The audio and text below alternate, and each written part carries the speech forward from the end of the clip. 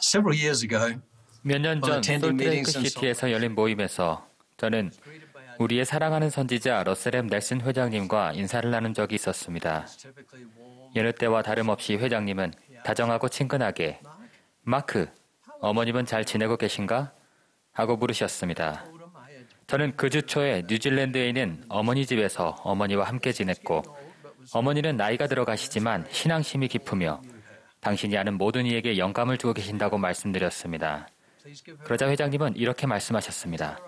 어머니께 안부를 전하고 다시 뵐 날을 고대한다고 말씀드리기에 저는 다소 놀라서 곧 뉴질랜드로 여행을 가실 계획이 있으신가요? 라고 여쭈었습니다. 그러자 회장님은 사려 깊고 진심 어린 대답을 하셨습니다. 아, 아니네. 다음 생에서 뵙게 될 걸세. 그분의 대답에 경솔함은 전혀 없었습니다.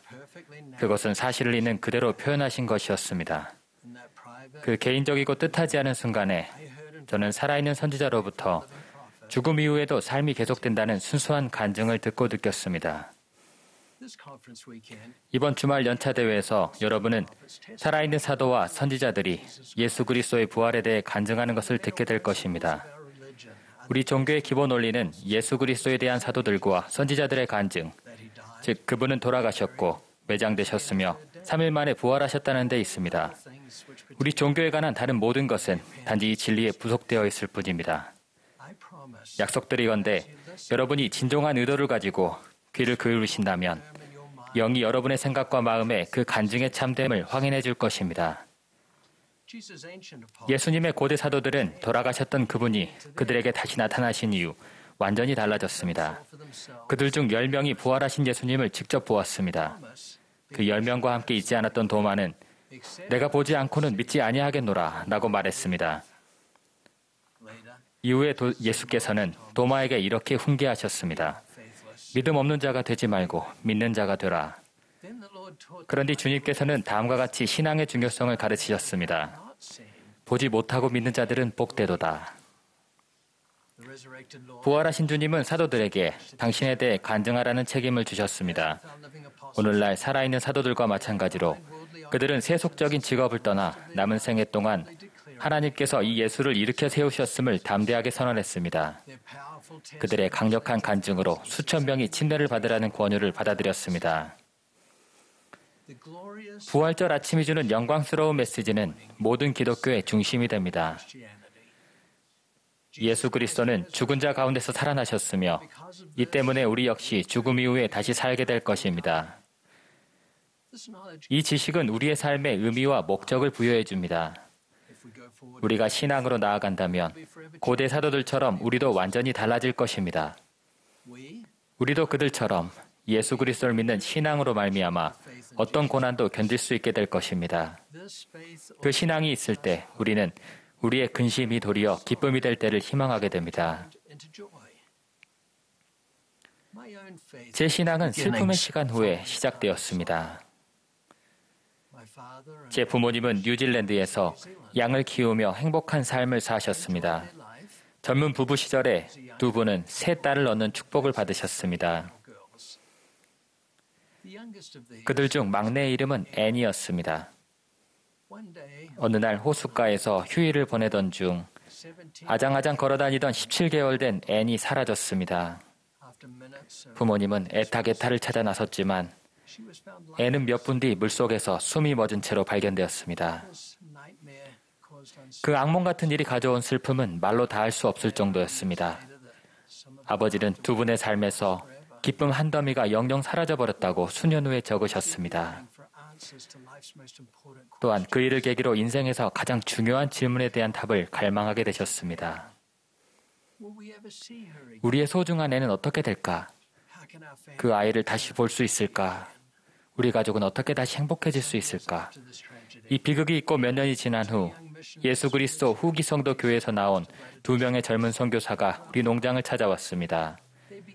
그들은 몰몬경과 성경에 나오는 진리를 가르치기 시작했습니다. 그 진리에는 앤이 지금 영의 세계에 살고 있다는 확신도 포함되어 있었습니다. 예수 그리스도께서 부활하셨으므로 앤도 부활할 것입니다. 선교사들은 살아있는 선지자와 12사도가 있는 예수 그리스도의 교회가 지상에 다시 회복되었다고 가르쳤습니다. 그리고 그들은 예수 그리스도께서 선임 사도인 베드로에게 주신 것과 똑같은 신권 권세로 가족이 함께 영원히 결속될 수 있다는 독특하고 놀라운 교리를 가르쳤습니다. 어머니는 즉시 진리를 알아보셨고 영의 증거를 받으셨습니다. 하지만 아버지는 이듬해까지 의심과 영의 속삭임 사이에서 고심하셨습니다. 아버지는 삶의 방식을 바꾸고 싶지도 않으셨습니다. 그러던 어느 날 아침, 잠 못 이루는 밤을 보내고 마루를 서성이던 아버지는 어머니를 보며 이렇게 말씀하셨습니다. 난 오늘 꼭 침례를 받아야겠어요. 어머니는 선교사들에게 자초지종을 설명하셨습니다.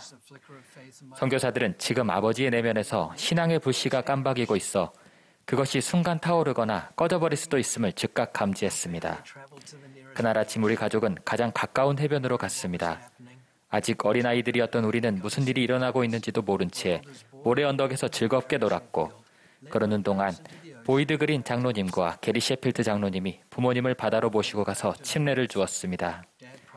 아버지는 한 걸음 더 신앙을 행사하여 어떤 일이 생기더라도 자신이 한 약속을 평생 지키겠다고 주님께 개인적으로 약속하셨습니다. 그로부터 1년 후 뉴질랜드 해밀턴에 성전이 헌납되었습니다. 헌납 직후에 우리 가족은 그 성스러운 주님의 집에서 앤을 대신하는 다른 분과 함께 제단 주위에 무릎을 꿇었습니다. 그곳에서 우리는 신권 권세로 단순하면서도 아름다운 의식을 통해 영원한 가족으로 하나가 되었습니다. 그 일은 큰 평안과 기쁨을 가져왔습니다. 세월이 흐른 후에 아버지는 제게 앤의 비극적인 죽음이 아니었다면 당신은 절대로 회복된 복음을 받아들일 만큼 겸손해지지 않았을 것이라고 말씀하셨습니다. 하지만 주님의 영은 선교사들이 가르친 것이 참되다는 희망을 심어주었습니다.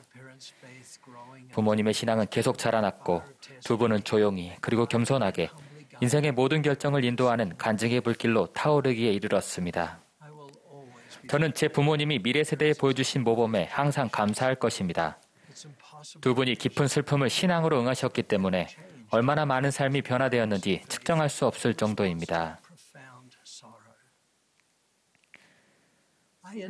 저는 슬픔에 잠긴 분들, 의심으로 고뇌하는 분들, 죽음 이후에 어떻게 될지 궁금해하는 모든 분에게 그리스도를 믿는 신앙을 가지시라는 권유를 전합니다. 저는 여러분이 믿고자 하는 열망을 가진 뒤 신앙으로 행동하고 영의 속삭임을 따른다면 이 생과 다가올 세상에서 기쁨을 찾게 될 것이라고 약속합니다. 저는 제 누이 앤을 만나게 될 날을 참으로 고대합니다.